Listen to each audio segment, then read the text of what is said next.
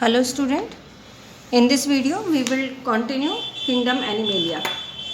Kingdom Animalia, for doing Kingdom Animalia we should know certain terms. कुछ terms हमें पता होने चाहिए बेटा Kingdom Animalia की classification को देखने से पहले. तो उसमें some of the terms I had already did in the previous video. Now in this video we will just go for the another one, and that is the term is the germinal layers.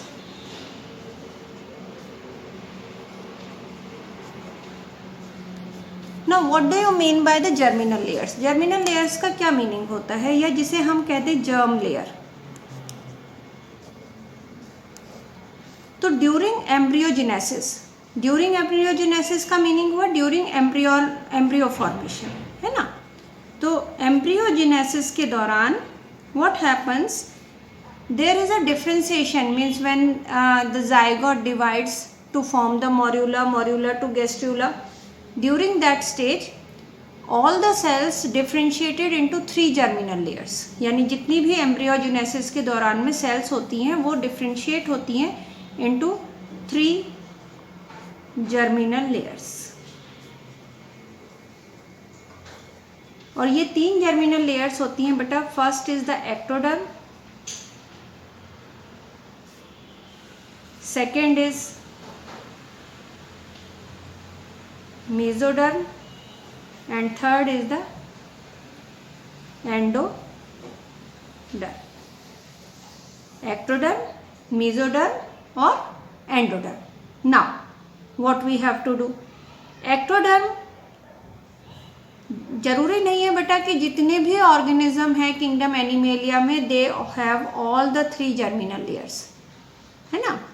किसी में 2 germinal layers होती हैं, किसी में 3 germinal layers होती हैं. तो according to the presence of these germinal layer the animals can be categorize into 2 categories. Animals को हम 2 कैटेगरीज में डिवाइड करते हैं. वन इज 2 जर्मिनल लेयर, जिसके लिए हम वर्ड यूज करते हैं diploblastic, and second is the 3 germ layers, then it is called as triploblastic. Diploblastic में कितनी जर्म लेयर होंगी बेटा? 2 जर्मिनल लेयर. ट्रिप्लोब्लास्टिक में कितनी होंगी बेटा? 3 जर्मिनल लेयर्स. अब डिप्लोब्लास्टिक में सिंपली अगर हम देखें तो कौन कौन सी जर्मिनल लेयर हो सकती है? वो हो सकती है एक्टोडर्म एंड एंडोडर्म. 2 हो सकती है, ectoderm and endoderm. Mesoderm is absent. जबकि triploblastic animals have ectoderm, mesoderm and endoderm. All the 3 germinal layers are present in the triploblastic animals. तो ये हो जाता है बेटा according to the germinal layer. तो अगर हम डिप्लोब्लास्टिक एनिमल की बात करते हैं तो एग्जाम्पल जो आता है इसका coelenterata, that we will do while we are doing the classification also. Triploblastic में फ्रॉम प्लेटेहेलमिन्थ्स से लेके कॉर्डेटा तक ऑल आर ट्रिप्लोब्लास्टिक. ओके, कैसे होते हैं? ट्रिप्लोब्लास्टिक होते हैं. Now we come on to the another term, that is segmentation. Segmentation you already no.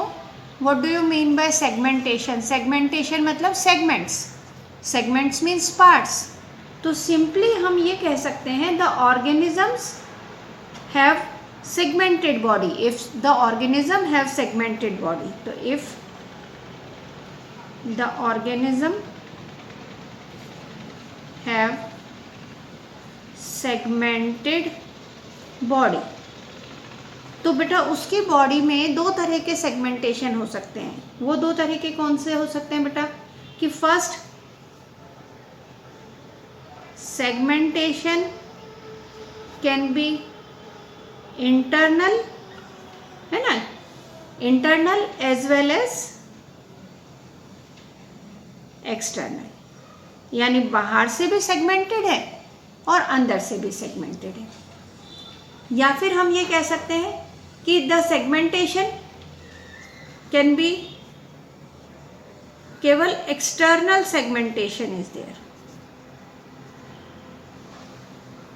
External segmentation is there. तो जिनके अंदर इंटरनल और एक्सटर्नल दोनों सेगमेंटेशन मिलते हैं उस तरह के सेगमेंटेशन को कहा जाता है metameric segmentation. And this metameric segmentation is the characteristic feature of Annelida। किसका कैरेक्टरिस्टिक फीचर है बेटा? Annelida का। ये क्वेश्चन यूजुअली एग्जाम में आता है कि the metameric segmentation is present in, तो then the answer will be phylum Annelida। External segmentation Arthropoda में होता है बेटा। Arthropoda have external segmented body, okay? या हम ये कह सकते हैं कि externally segmented है but internally it is not segmented। अब अगर हम एक segmentation की बात करें तो when we will study platyhelminths then also we will study one thing, that is tapeworm। This is also very important। Tapeworm is a organism belong to platyhelminths। platyhelminths को belong करता है बेटा। इसकी बॉडी जो होती है, यानी टेपवर्म की जो बॉडी होती है, made up of repetitive segment. तो body is made up of repetitive segment. अब वो रिपीटेटिव सेगमेंट कैसे होते हैं बेटा? जैसे सपोज ये इसकी बॉडी है, ये यहाँ पे इसके स्कॉलेक्स प्रेजेंट होता है जिससे वो अटैच होता है, ये इसकी बॉडी रहती है। धीरे धीरे सेगमेंट का साइज बेटा बड़ा होता जाता है इस तरह से। Many segments are there, more than 100 segments are there। तो सिंपली जो सेगमेंटेड बॉडी है और इतने सेगमेंटेड है तो each segment is called as glottid. क्या कहलाता है बेटा?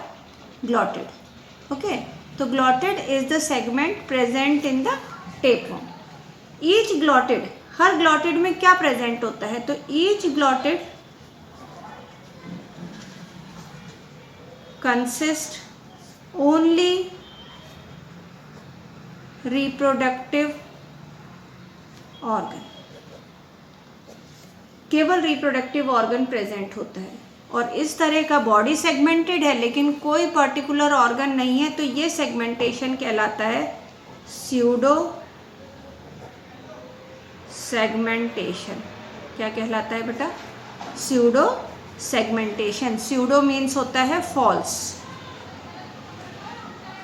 और सेगमेंटेशन मीन्स पार्टीशन। तो the pseudo segmentation is present in the tapeworm। Okay, now we come on to the next heading, that is coelom. अब हम नेक्स्ट हेडिंग पर आते हैं, coelom. It is very important बेटा। सीलोम क्यों important है? क्योंकि ये यूजुअली क्वेश्चंस पूछ लिया जाता है अकॉर्डिंग टू दैट प्रेजेंस और एब्सेंस ऑफ सीलोम। तो सिंपली हम ये कहें कि सीलोम के बेसिस पर ऑर्गेनिज्म को हम 3 कैटेगरीज में डिवाइड करते हैं। First is called as acoelomate, second is called as pseudocoelomate, and third is called as coelomate. Okay, third क्या कहलाएगा बेटा? सीलोमेट। तो सिंपली हम लोग किस तरह से किसे कहा जाएगा कि भाई सीलोम प्रेजेंट है, सीलोम प्रेजेंट नहीं है, या सीलोम है लेकिन वो फॉल्स सीलोम है? तो इसका मतलब हुआ कि हम सिंपली ये कहेंगे कि सीलोम कहते किसको है। सीलोम मीन्स, वैसे तो वर्ड आता है कैविटी, लेकिन यहाँ पे कैविटी कहाँ, तो the cavity present between, simply याद रखना बेटा और सिंपली समझने की कोशिश करो, the cavity present between the body wall and the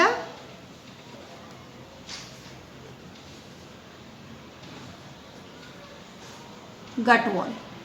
body wall और गट वॉल के बीच में जो कैविटी प्रेजेंट होता है that is called as coelom. Okay, simply body wall और गट वॉल के बीच में जो कैविटी प्रेजेंट है that is called as coelom. अब ना सिंपली अगर अपन देखें तो किस तरह से ये कैविटी प्रेजेंट हो सकती है, तो if I will just draw the structure of the coelom, यानी मैं अब ये कैविटी किस किस की बनी है, तो आपने ये पहले पढ़ा था बेटा 3 जर्मिनल लेयर होता है। 3 जर्मिनल लेयर में कौन कौन सी होती है बेटा, एक्टोडर्म, मेसोडर्म एंड एंडोडर्म। तो इसके बेसिस पर हम लोग करेंगे, तो first I will just take A coelomate. Now acoelomate का मेरे को अगर स्ट्रक्चर बनाना है तो मैं किस तरह से बनाऊंगी कि suppose this outer layer I am making the ectoderm, ये वाली पूरी लेयर क्या हो गई बेटा, ectoderm. You will also have to draw with the color pen so that you can identify easily. Second thing, अंदर वाली लेयर जो हो गई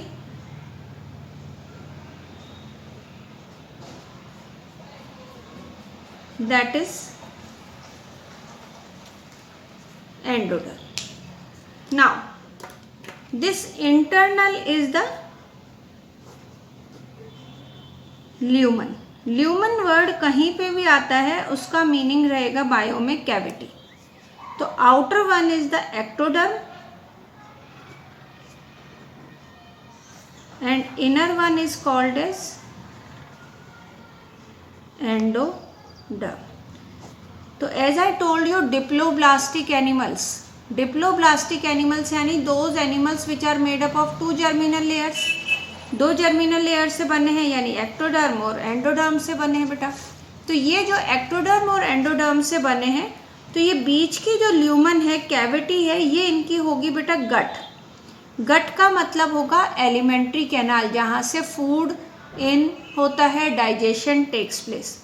तो this type of the coelom और this type of the cavity which is lined by the ectoderm as well as endoderm, and there is no other cavity present between the gut and the body wall, तो that is called as a coelomate. a coelomate का example अगर हम लोग लेते हैं तो a coelomate के example में आता है बेटा सीलेंट्रेट, कौन आते हैं बेटा, सीलेंट्रेट्स आते हैं और प्लेटाइहेल्मिन्थ्स। प्लेटीहेल्मिन्थ्स और सीलेंट्रेट किस में आते हैं बेटा, ए सीलोमेट में आते हैं। तो acoelomate there is no other cavity, है ना, between the gut wall and the body wall. Gut और बॉडी वॉल के बीच में कोई और कैविटी प्रेजेंट नहीं है, तो इसको कहा जाएगा acoelomate condition. Now second we come on to the pseudocoelomate. Second condition हम किस पे आएंगे बेटा, स्यूडो सीलोमेट। अब एज अ नेम इंडिकेट कि स्यूडो सीलोमेट, इसका मतलब स्यूडो मीन्स फॉल्स, है ना, और सीलोमेट मतलब कैविटी। तो फॉल्स कैविटी है, मतलब cavity is there between the body wall and the gut wall, but वो कैविटी फॉल्स है। तो हम सिंपली कहेंगे कि स्यूडो सीलोमेट कब कहेंगे, तो when the body cavity is formed, body cavity कैसे बनी, is formed by pinching of mesoderm. यानी मेसोडर्म ऐसे पिंच ऑफ कर लिया जाए, निकाल लिया जाए, तो उससे जो कैविटी बनी वो स्यूडोसीलोम। इसका मतलब ये है कि हम ये कहते हैं कि सीलोम का मतलब हुआ कि when the cavity is lined internally as well as externally by the mesoderm. तो यहाँ पे किस तरह से स्ट्रक्चर ड्रॉ होगा बेटा, तो उसका अगर मैं स्ट्रक्चर ड्रॉ करती हूँ स्यूडोसीलोमेट का, तो this pink colour is the outer most layer, that is called as ectoderm. Okay, now second is the inner layer. Simply हम कहें ये गट वॉल हो गया और ये गट वॉल के चारों तरफ endoderm. Okay, now the third layer is the mesoderm, and mesoderm pinch off हो गई, pinch off हो गई यानी इस तरह से इन्होंने स्ट्रक्चर बना लिया, सब में कैविटी रहेगी।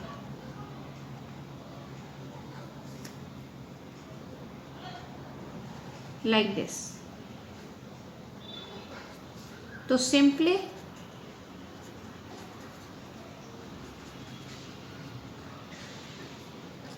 this type of cavity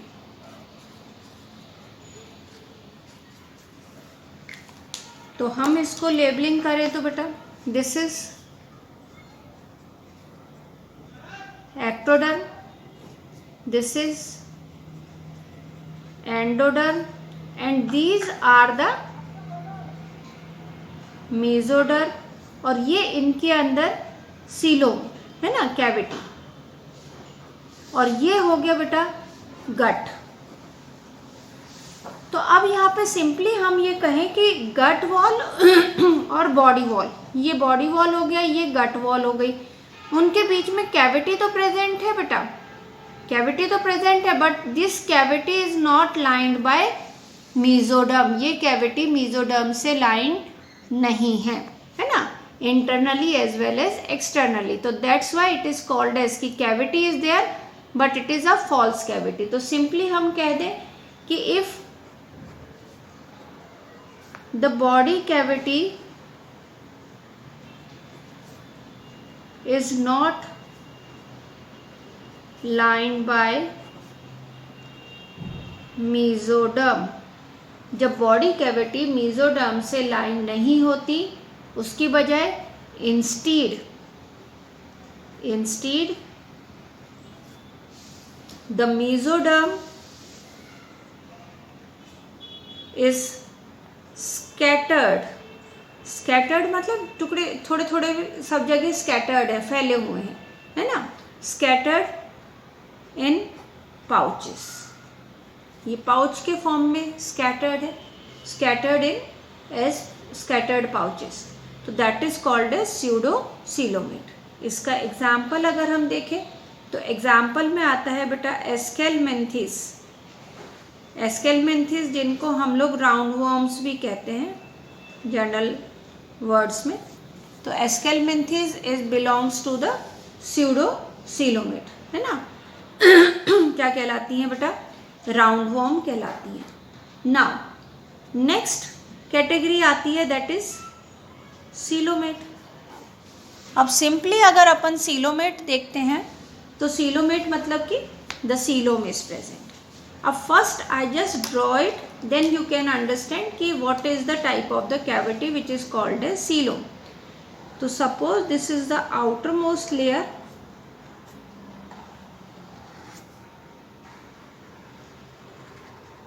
okay, and this outermost layer is made up of, very good, ectoderm, है ना। तो ये ectoderm की बनी हुई है बेटा। Then there will be a gut wall, naturally alimentary canal gut wall तो सब में ही होती है मिडिल में। तो ये ल्यूमन और ये इसकी endoderm. That's why I am making all the having the same colour, यानी for ectoderm I am taking the pink, okay, and for taking this, I am endoderm के लिए I am taking blue, and for mesoderm I am taking orange color. So if this cavity is there, simply you can see I am just drawing it.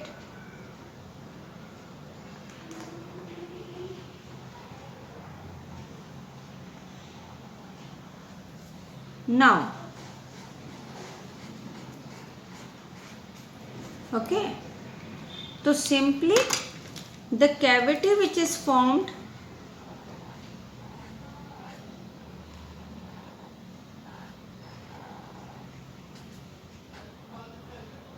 This is orange colour से बेटा मैंने क्या draw करा है, mesoderm, है ना। तो simply अगर हम लेबल करें और देखें तो this is ectoderm which form body wall, this is endoderm which line the gut या ल्यूमन,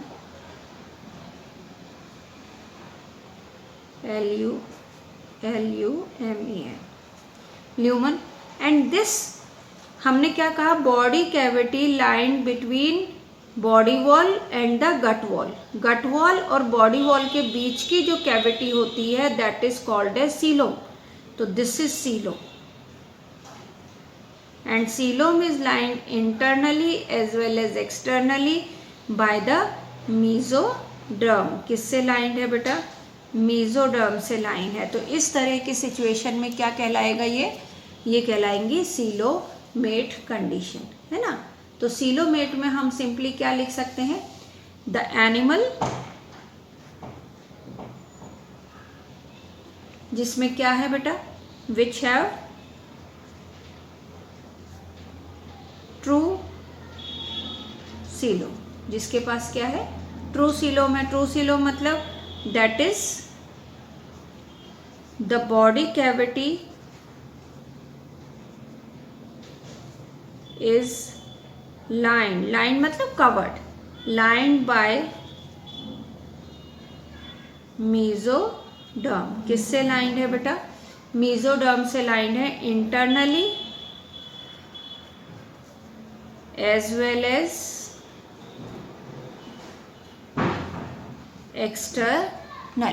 एक्सटर्नली और इंटरनली दोनों ही अगर ये मेसोडर्म से लाइंड होती है तो उसे कहा जाता है सीलोमेट. एग्जाम्पल अगर हम लेते हैं तो एनेलिडा, एग्जाम्पल में हम लोग लेंगे एनेलिडा ऑनवर्ड, सभी जितने भी एनेलिडा के बाद में ऑर्गेनिज्म आते हैं, ऑर्थोपोडा, मोलस्का, इकाइनोडर्मेटा, कॉर्डेटा, वो सब क्या होते हैं बेटा, they all are coelomate.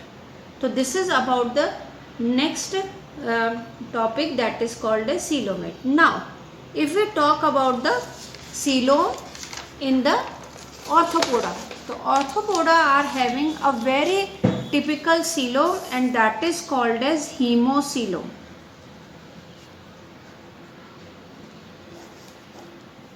hemocoelom क्या है बेटा, तो इन ऑर्थोपोडा